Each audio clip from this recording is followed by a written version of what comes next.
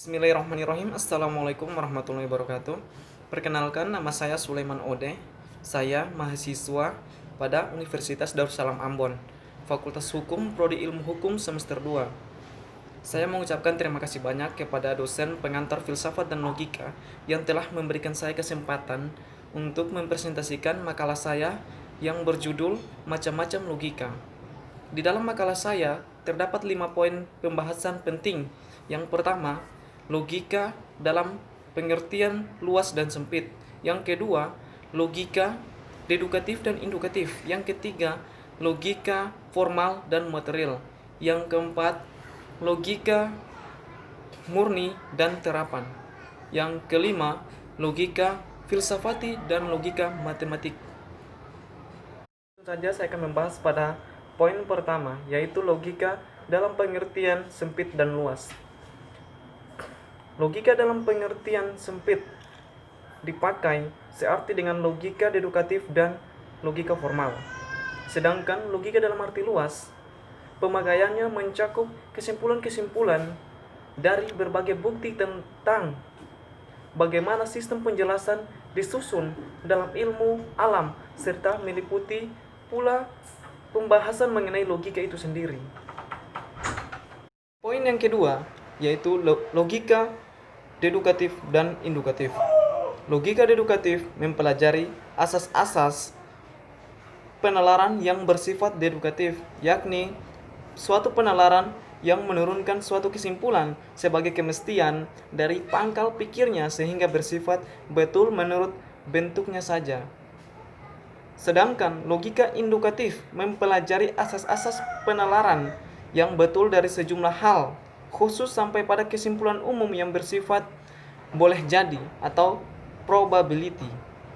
Yang ketiga, yaitu logika formal dan material.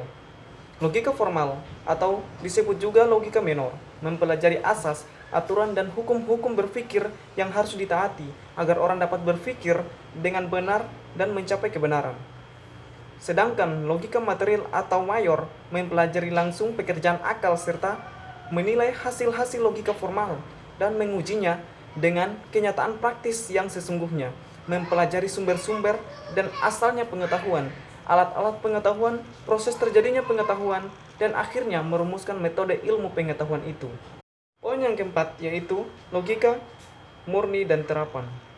Logika murni merupakan pengetahuan mengenai asas dan aturan logika yang berlaku umum pada semua segi dan bagian dari pernyataan-pernyataan dengan tanpa mempersoalkan arti khusus dalam suatu cabang ilmu dari istilah pernyataan yang dimaksud.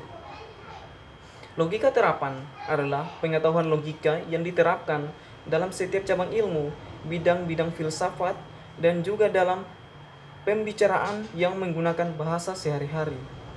Yang kelima yaitu logika filsafati dan matematik. Logika filsafati merupakan ragam logika yang punya hubungan erat dengan pembahasan dalam bidang filsafat, seperti logika kewajiban dengan etika atau logika arti dengan metafisika.